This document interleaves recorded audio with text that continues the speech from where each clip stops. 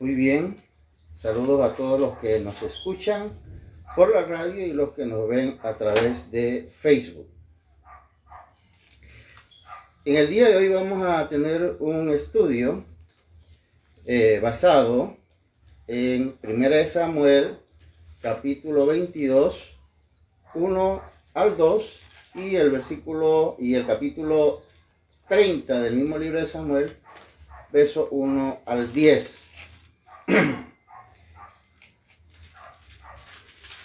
Vamos primeramente a la lectura de 1 Samuel capítulo 22, del 1 al 2. Dice así la palabra de Dios. Yéndose luego David de allí, huyó a la cueva de Adulam, y cuando sus hermanos y toda la casa de su padre lo supieron, vinieron allí a él, y se juntaron con él todos los afligidos, y todo el que estaba endeudado, y todos los que se hallaban en amargura de espíritu, y fue hecho jefe de ellos, y tuvo consigo como 400 hombres. Ahora nos vamos al capítulo 30, del verso 1 al 10.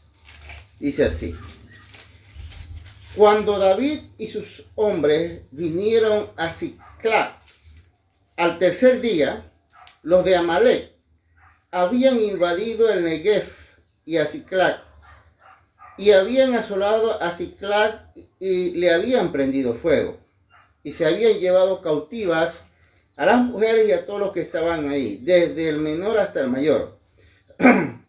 Pero a nadie habían dado muerte, sino se los habían llevado al seguir su camino.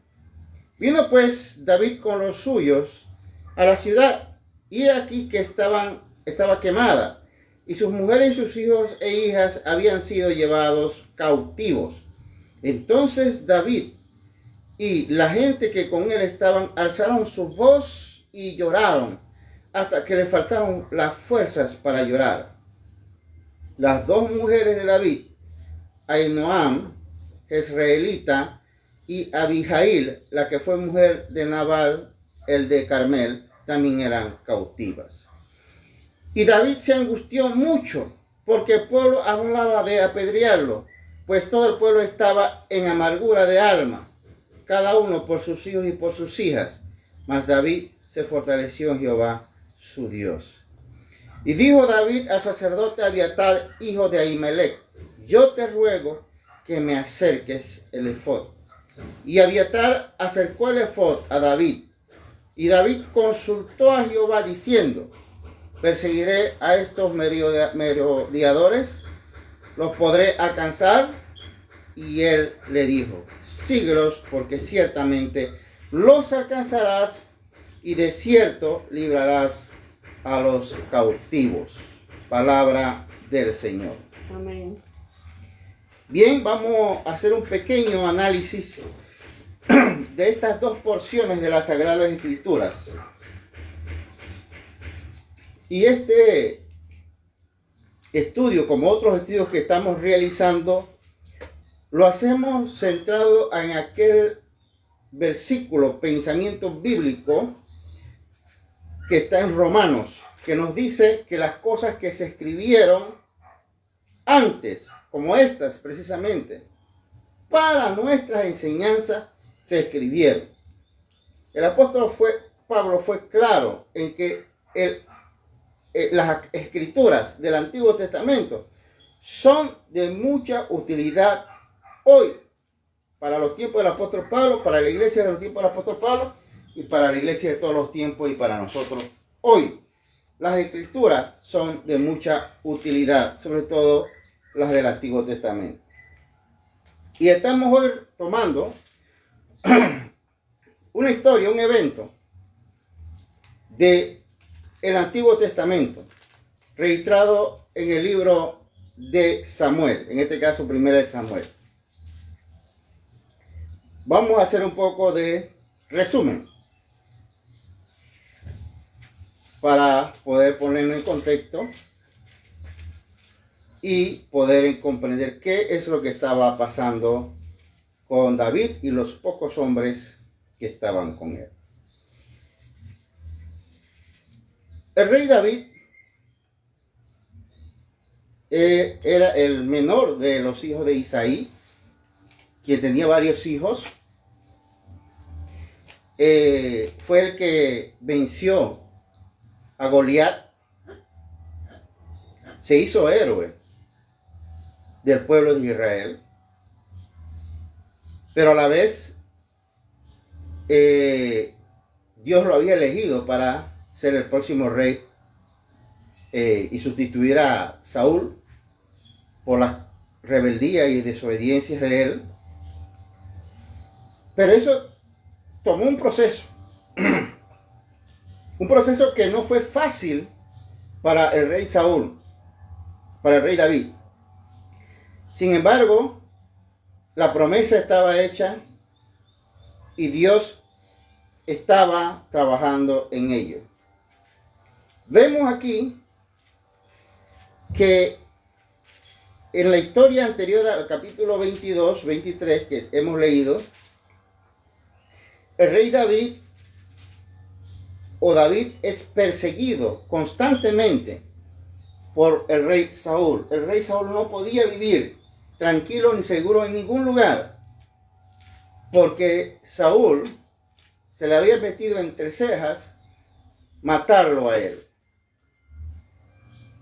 Le había crecido, le había entrado en su ser celos, amargura, en fin. Tenemos a un Saúl persiguiendo con odio a David. Por consiguiente, él no tenía tranquilidad ni podía estar en paz en ningún lugar. Por un lado, ¿no? Tenía a un rey y todos los que estaban con el rey en contra de él.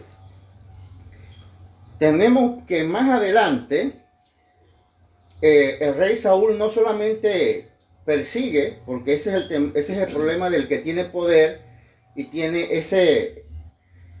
esa fobia contra los verdaderos siervos de Dios, y resulta que mataba a todos aquellos que él consideraban que estaban con David. Y de hecho, más adelante, en el mismo libro, él mata a casi todos los sacerdotes de Dios, porque él siente que los sacerdotes lo ha traicionado a él y están con el rey David, ¿no? Este hecho es importante porque nos indica a nosotros que si los propios sacerdotes no podían estar en el templo, pues el rey David mucho menos podía estar en el templo, ¿no? Esto es importante y a colación traigo esto porque quizás nosotros, y sobre todo ahora que estamos en un momento de pandemia, es un momento también algunos hermanos líderes, honestos, cristianos serios, probablemente no pueden reunirse en los templos, en los lugares de reuniones, porque están viviendo un escenario muy parecido al que el rey David estaba pasando aquí. Los propios sacerdotes no podían estar en el templo. El rey David no podía llegar al templo, el lugar donde todo el mundo que desea servir a Dios quisiera estar en el templo. Estar en el templo sería la liquidación del rey David. El templo estaba prácticamente en el terreno donde estaba la capital, donde estaba el rey Saúl. Eso nos ayuda a poner un poco en contexto lo que estamos viendo.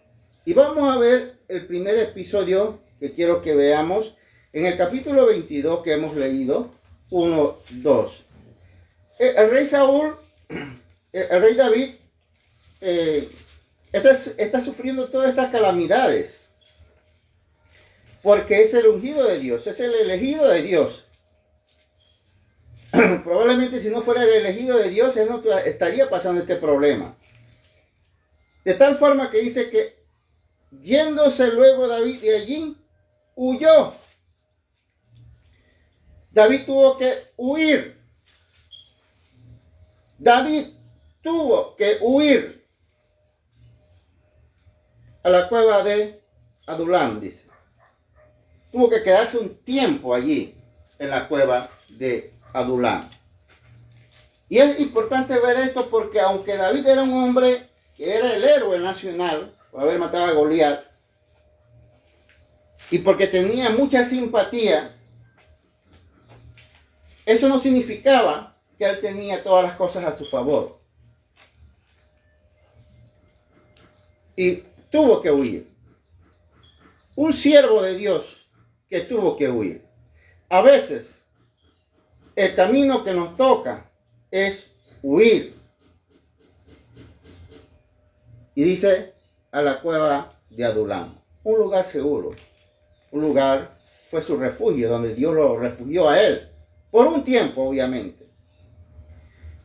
Y dice la palabra de Dios ahí que cuando sus hermanos y toda la casa se dio cuenta dónde él estaba, fueron allí. Pero no solamente fueron ahí la familia, dice que fueron ahí todos los afligidos.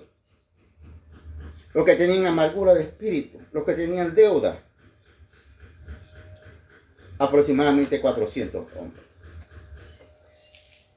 Una enseñanza de esto es que David representó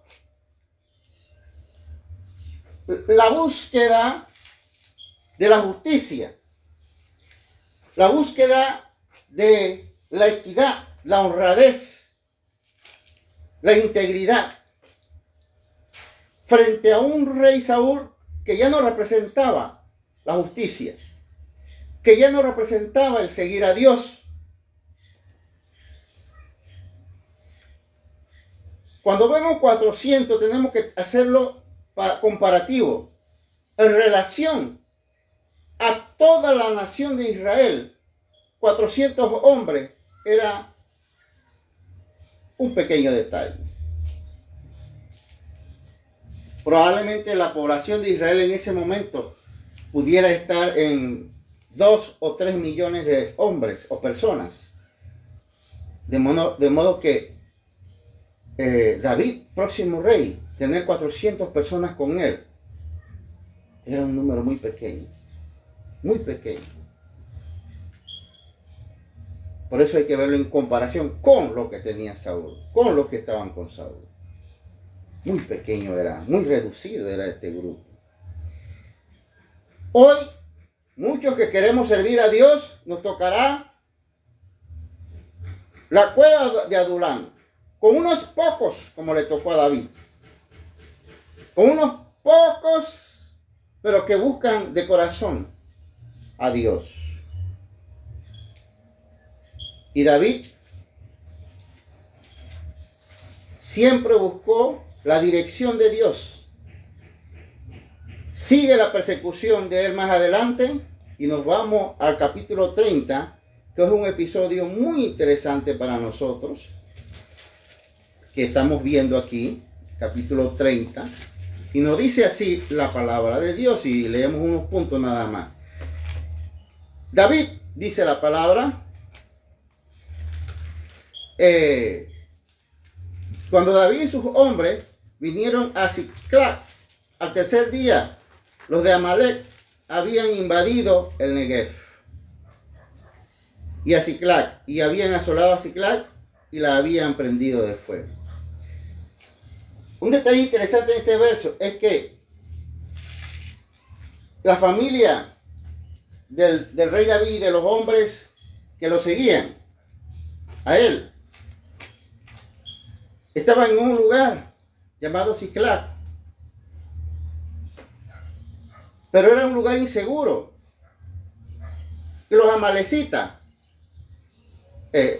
devastaron el lugar, quemaron el lugar, dice la palabra de Dios, y se llevaron cautivos a la familia, a las esposas y a los hijos de David.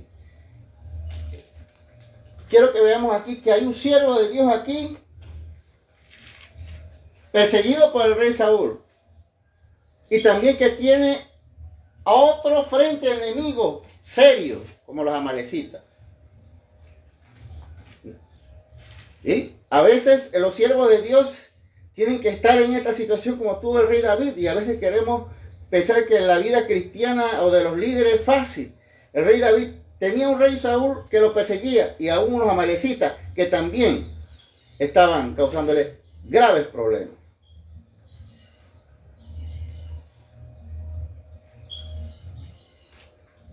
Enemigos por doquier. Y dice el verso, este incidente fue duro para los que seguían a David y para él mismo. Fue bien duro. De tal forma que dice la palabra de Dios lo siguiente.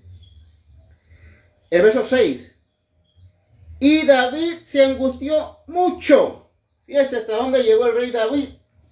El siervo de Dios se angustió mucho. Eso lo podemos esperar de un siervo de Dios. ¿Por qué no? Uno es el siervo de Dios. Los cristianos también somos humanos, ¿o no? ¿Sí? Dice que el rey David se angustió mucho. ¿Por qué dice? Fíjese, el rey Saúl está en contra. Los amalecitas tienen secuestrado a la familia. Pero ha ocurrido ahora algo dentro de su propio grupo de amigos. Dice, seguidores. Y David se angustió mucho porque el pueblo ese de 400 hombres, hablaba de apedrearlo, pues todo el pueblo estaba en amargura de alma, dice. Lo peor que puede pasarle a un siervo de Dios como el rey David, lo pasó. Es tener enemigos a la izquierda y a la derecha y a un pueblo en amargura, a una familia en amargura. Por eso es que dice la palabra de Dios allí que David se angustió mucho. Se angustió mucho. A veces los siervos de Dios pasamos por esta situación. Cuando no tenemos ni el apoyo de un grupo ni de otro grupo y nos sentimos solos. Y a veces también sentimos que los que están con nosotros están tristes, no nos comprenden. No comprenden. Como David se sintió en este momento muy solo. ¿Qué camino le tocó al rey David? ¿Y qué es el camino de nosotros cuando nos sentimos así? Dice la palabra, mas David se fortaleció en Jehová su Dios. Amén. Ese es el camino que nos queda a nosotros cuando ya nadie no nos quieren ayudar y cuando tenemos amigos nuestros, gente nuestra, que muchas veces no nos comprende. Eso le pasó al rey David. Dice, él se fortaleció en Dios. Y el verso 7 y 8 con el cual quiero finalizar este breve devocional es para mí extraordinario. Dice, en medio de la angustia, porque yo no sé, ustedes que me escuchan por Facebook y por la radio, los que tenemos más de 50 años para arriba podemos decir que en algún momento hemos tenido alguna angustia verdadera. Tal vez un niño no. David estaba en un momento de aprieto, de angustia. Él tenía a Saúl en su contra, a los amalecitas en su contra, a su familia y a la familia de sus seguidores en contra. Su situación era crítica, él no podía darse el lujo de perder también la confianza de los pocos que estaban con él. ¿No es así? No podía darse ese lujo. Por eso que dice la Biblia que se fortaleció en Dios. Y dice el verso 7 y 8. Y dijo David al sacerdote Abiatar, hijo de Abimelech, yo te ruego que me acerques el efod y Abiatar acercó el efod a David. Y vamos a detenernos aquí un poquito, porque cuando leemos eso, no entendemos entonces por qué se angustió David, ni entendemos qué es lo que quiere decir la Biblia cuando dice David se fortaleció en Jehová. En los textos anteriores ustedes verán, como les dije, Saúl había matado a todos los sacerdotes prácticamente del pueblo de Israel. Eso está más atrás. Y Abiatar, hijo de Ahimelech, sumo sacerdote, fue el único que de ese grupo de matanza huyó. Fue el único que huyó y tuvo la providencia de Dios de que tuvo que huir y llegar donde estaba el rey David para estar en un lugar seguro, para que David, recuerden que David huyó a la cueva y llegaron a él todos los que estaban angustiados, afligidos. Bueno, este Abiatar, este sacerdote Abiatar era uno de esos, huyendo de la mano asesina del rey Saúl, ¿no? Entonces, David le dice al sacerdote, acércame el efod.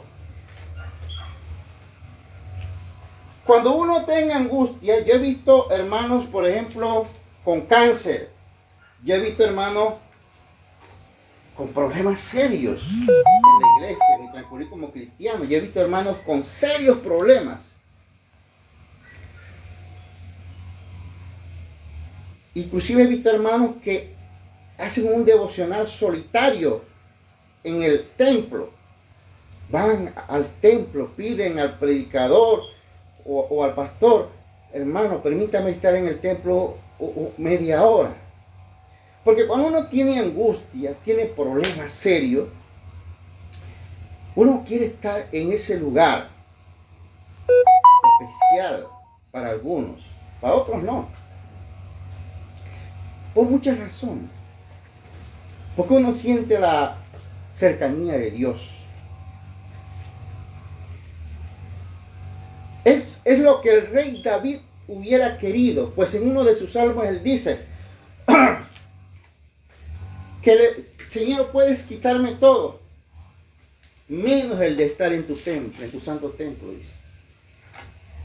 Entonces, el rey David pasó por un momento en donde él no podía estar en el templo de Dios, aunque él quería. Pero, y esta es la parte que es para nosotros, a pesar de que no podía estar en el templo de Dios, no lo alejó de Dios. Y donde él estaba, pudo estar en comunión con Dios. Y por eso dice el texto aquí,